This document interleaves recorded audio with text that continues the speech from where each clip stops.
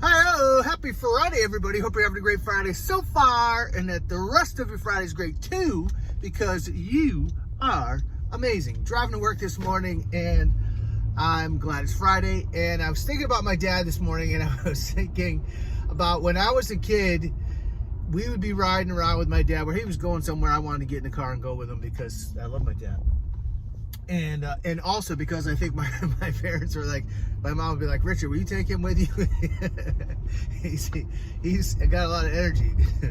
And so I would be going around with my dad different places, and he would play these little games with us. He'd be like, okay, and this is sometimes with all of us in the car, sometimes with just me in the car. And one game was orange bulb gets a kiss. And so we'd be driving around through Schenectady, and there's these orange bulbs on these green lamp posts, and whoever saw it first gets a kiss. And so that was one. And then another game my dad would play with me in particular a lot is we would try and get the other to say, really? So we would tell a tale or a story, and we would try and tell it in a way so that it sounded believable and true. And along the way somewhere, we would hope the other person would go, really? And then we would go, no. And that would be a point for me or a point for him. And we would get each other back and forth. I'd be like, Dad, blah, blah, blah. And I would tell this story, and he'd go, wow, really? And I'd be like, no. And he would do the same thing to me. And I was thinking about that this morning, and it was making me laugh as I remembered those good times with my dad. And it also was having me missing him a lot. He's been gone almost 20 years now.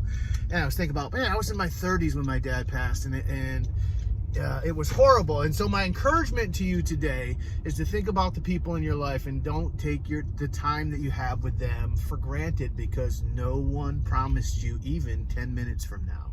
So soak up every minute that you have with the people that you love, and create memories, and do funny stuff, and try and tell stories so that they think you're telling them something true, and then tell them you're lying.